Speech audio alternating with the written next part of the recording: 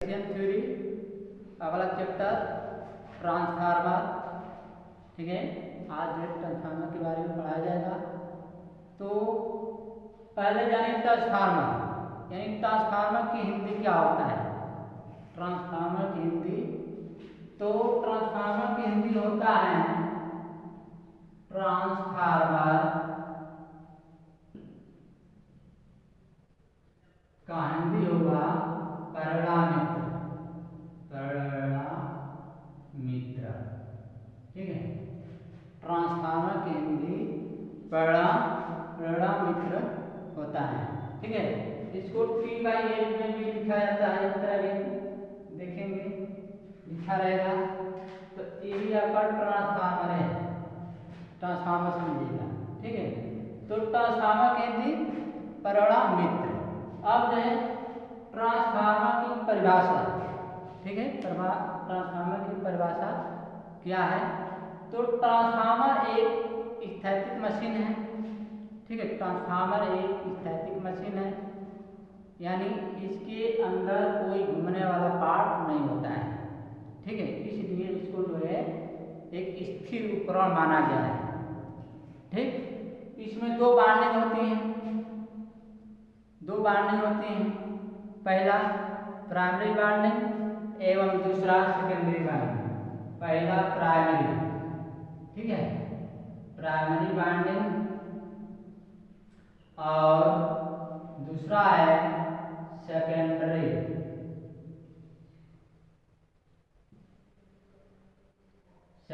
Winding. दो winding होती है, ठीक ना। अब जो है इसका जो काम है कि ये जो है ट्रांसफार्मर का काम है कि कम वोल्टेज को अधिक वोल्टेज में बदलना एवं अधिक वोल्टेज को कम वोल्टेज में बदलना। ठीक है, चाहे अधिक वोल्टेज को कम बनाना है या कम वोल्टेज को अधिक करना है, वहाँ जो ट्रांसफार्मर का जो है प्रयोग किए जाते हैं। ठीक है ना। तो ट्रांसफार्मर का हिंदी परिणामित्र, ये जो है स्थिर उपकरण है, इसके अंदर कोई घूमने वाला पार्ट नहीं होता है, इसीलिए इसको स्थिर उपकरण माना गया है। इसके अंदर दो वाइंडिंग होती हैं, एक प्राइमरी वाइंडिंग होती है और एक सेकेंडरी वाइंडिंग होती है। जो प्राइमरी वाइंडिंग हमेशा सप्लाई से जुड़ा रहता है, हमेशा जो है सप्लाई से जुड़ा रहता है। प्राइमरी वाइंडिंग हमेशा जो है सप्लाई से जुड़ा रहता है। जैसे आपकी जो है वाइंडिंग है, ठीक है, ट्रांसफार्मर, कोई दिक्कत है, ये प्राइमरी वाइंडिंग हो गया, ये आपका सेकेंडरी वाइंडिंग हो गया। ठीक, तो ये हमेशा जो है इसको जो है इनपुट है और ये आपका आउटपुट।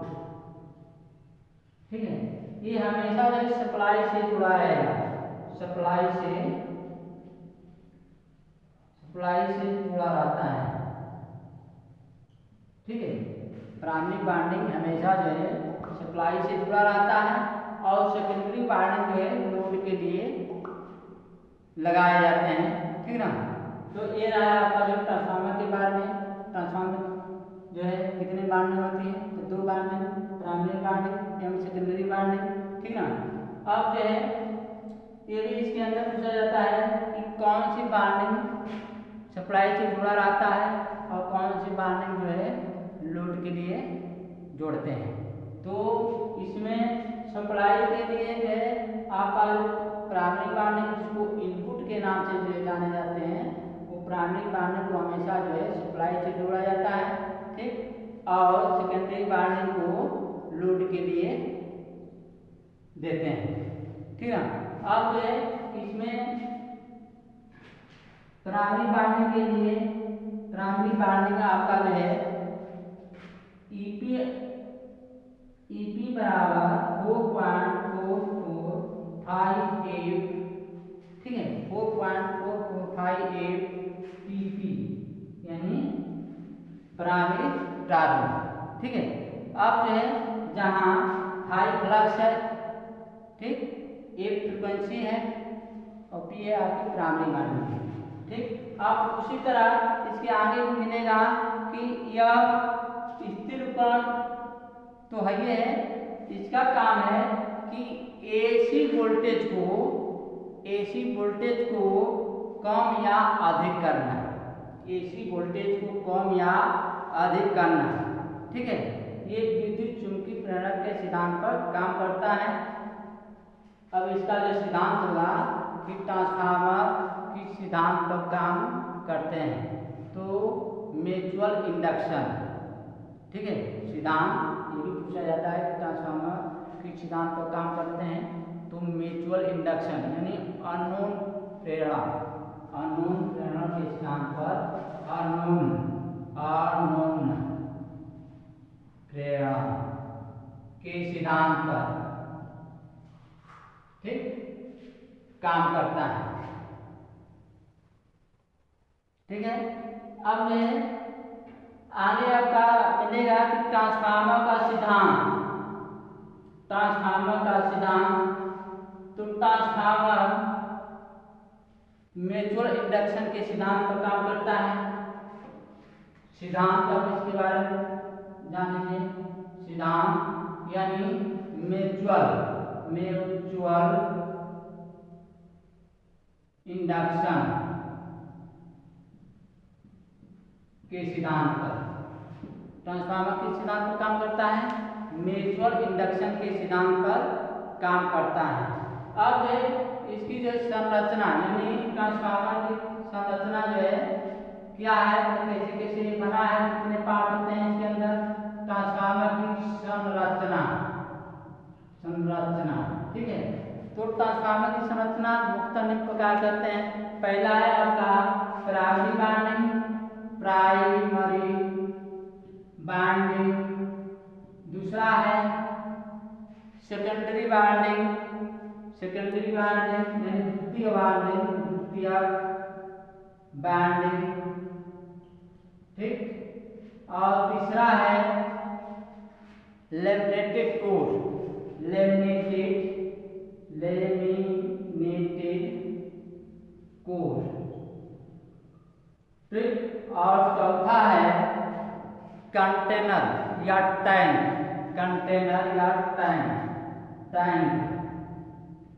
ठीक, और 5 नंबर जो है टर्मिनल।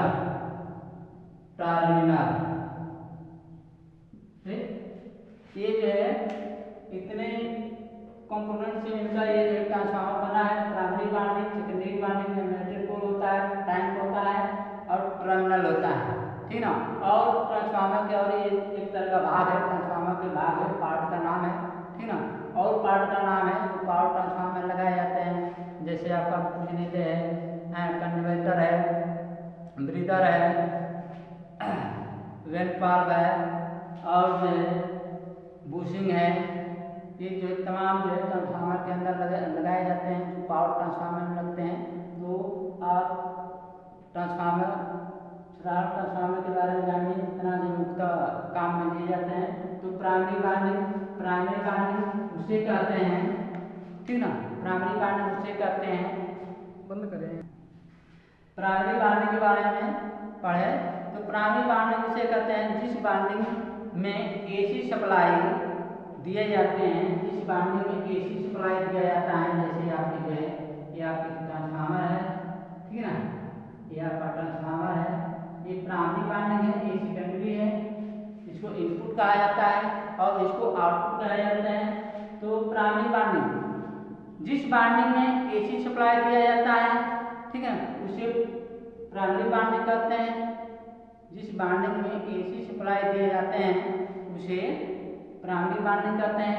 यह एसी यानी सुपर इनेबल एसी तार जो होता है, एसी एक वायर है तार, सुपर इनेबल तार का जो है बाइंडिंग किया जाता है। ठीक ना, बाबिन के ऊपर एसी तार यानी सुपर इनेबल वायर से जो है बाइंडिंग किए जाते हैं। इसमें टर्न की संख्या आवश्यकता अनुसार, ठीक है, फ्लक्स उत्पन्न करने के लिए लगाए जाते हैं। तो ये रहा आपका प्राइमरी बाइंडिंग। अब जो है सेकेंडरी बाइंडिंग जिस वाइंडिंग से जो है लोड के लिए सप्लाई जो है लोड के लिए देते हैं उसको सेकेंडरी वाइंडिंग कहते हैं। जैसे आपका एस है यानी द्वितीय वाइंडिंग। जिस वाइंडिंग से भार के लिए शक्ति दिए जाते हैं उसे सेकेंडरी वाइंडिंग कहते हैं। ठीक ना।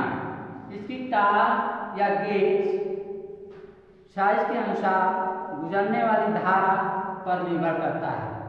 इसका जो तार और जो होता है ये वो उसमें धारा गुजरने वाले के आधार पर निर्भर करता है। ठीक ना। अब तीसरा नंबर है लैमिनेटेड कोर, जो ट्रांसफार्मर के अंदर कोर लगाए जाते हैं। ठीक है। तो कोर जो है ई और आई आकार के कोर लगाए जाते हैं। उस कोर को जो है जैसे 25 हर्ट्ज के लिए है, 25 हर्ट्ज के लिए तो कितने mm का कोर होना चाहिए। ठीक है। तो 25 हर्ट्ज के लिए 0.5 mm, ठीक 0.5 mm से 0.35 mm तक जो है प्रयोग करते हैं 25 हर्ट्ज के लिए। और 50 हर्ट्ज के लिए ठीक है 50 हर्ट्ज के लिए सॉरी ये नहीं लेगा इसमें 50 हर्ट्ज के लिए 0.35 mm का कोर जो है लगाते हैं। कोर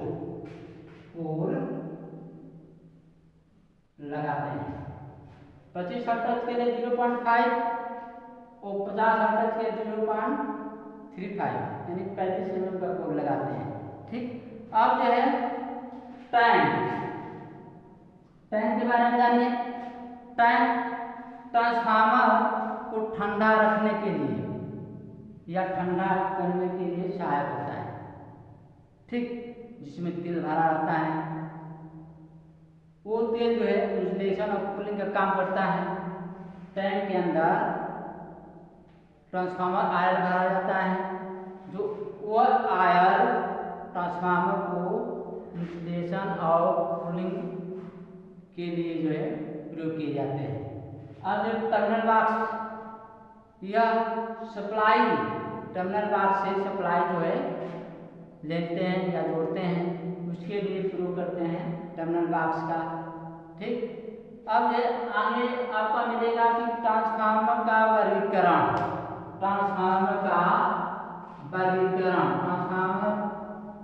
यानी कितने प्रकार से जो वर्गीकरण किया गया है। ठीक। ट्रांसफार्मर का वर्गीकरण ठीक है। तो ये आउटपुट के आधार पर और कोर के आधार पर और फेज के आधार पर और शीतलन के आधार पर ट्रांसफार्मर कौन कौन होते हैं। ठीक है। आउटपुट के आधार पर, कोर के आधार पर, फेज के आधार पर। ठीक है। ट्रांसफार्मर का वर्गीकरण किया गया है। तो आउटपुट वोल्टेज के आधार पर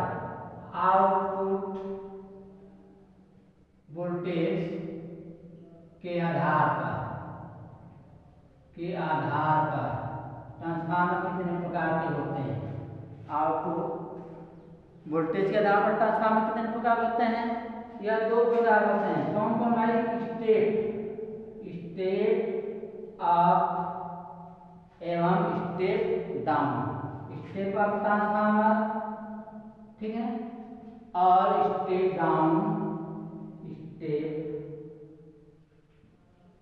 डाउन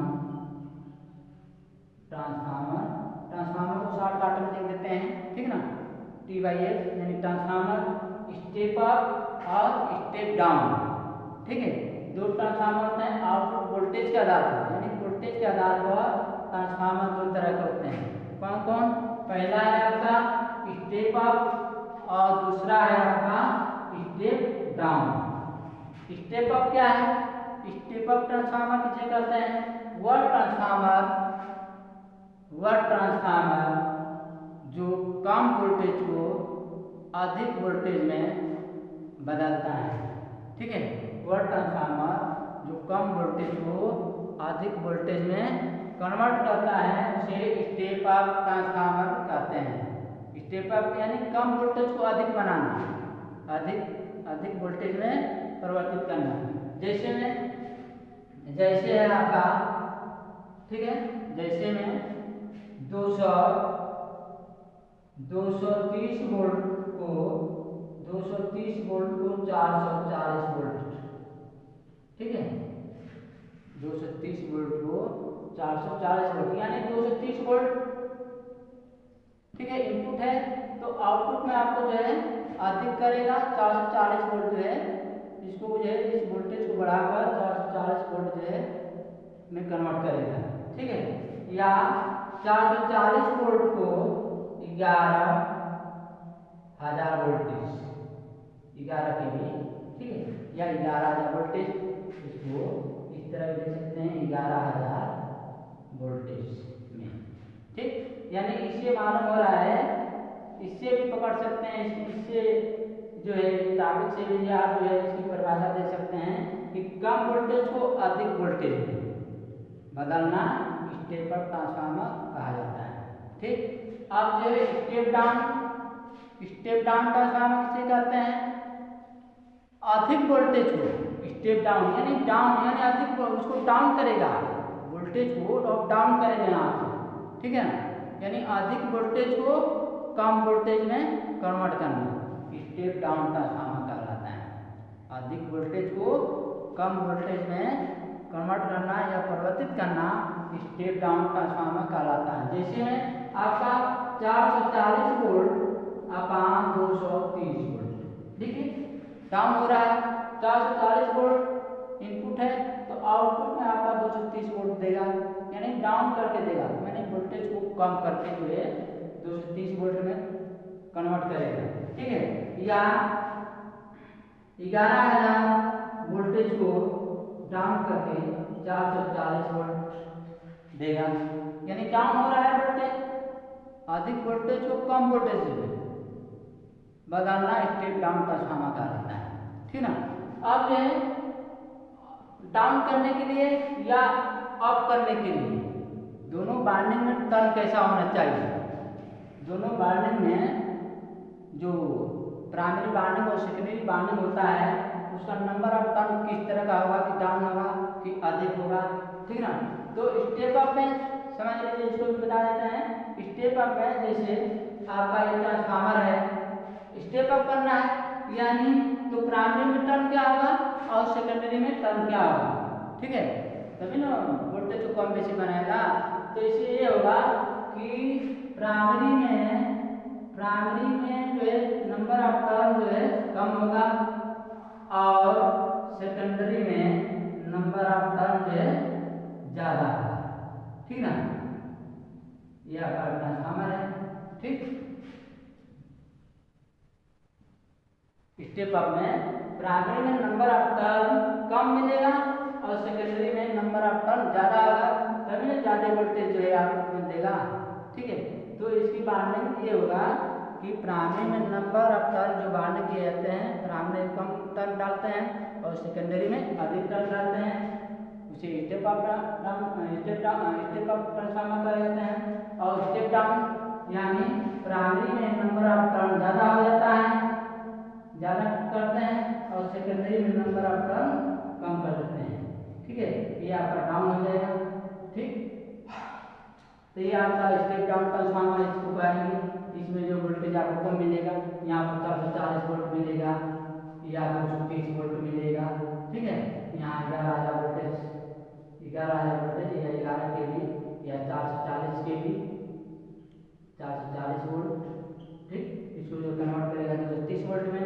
उसी तरह यहाँ आपका जो है 230 वोल्ट है, ठीक है, तो यहाँ 440 वोल्ट देगा, ठीक। या 440 वोल्ट यहाँ पर मिल रहा है, तो यहाँ अप करेगा तो 11,000 वोल्टेज हो जाएगा। तो ये रहा है आपका जो है आउटपुट वोल्टेज के आधार पर ट्रांसफार्मर कितने प्रकार होते हैं? तो 2 प्रकार होते हैं, कौन भाई? स्टेप अप ट्रांसफार्मर और दूसरा है आपका स्टेप डाउन ट्रांसफार्मर, ठीक है। अब स्टेप अप ट्रांसफार्मर किसे कहते हैं और स्टेप डाउन ट्रांसफार्मर किसे कहते हैं, सबका जो परिभाषा बता दिए, ठीक है। ठीक, तो आउटपुट वोल्टेज के आधार पर ट्रांसफार्मर के बारे में बताया। अब जो है कहीं भी दिक्कत होगा तो नंबर है, इस पर जो कॉल करके पूछ सकते हैं, ठीक ना। बहुत इंपॉर्टेंट चैप्टर है, इसको याद रखिए और अच्छे से पढ़िए, मन लगा कर पढ़िए, जहाँ समझ में आए उसको पूछिएगा, ठीक है। अब जो है अगला टर्न जो है अगले दिन जो है चलेगा, ठीक। थैंक्स।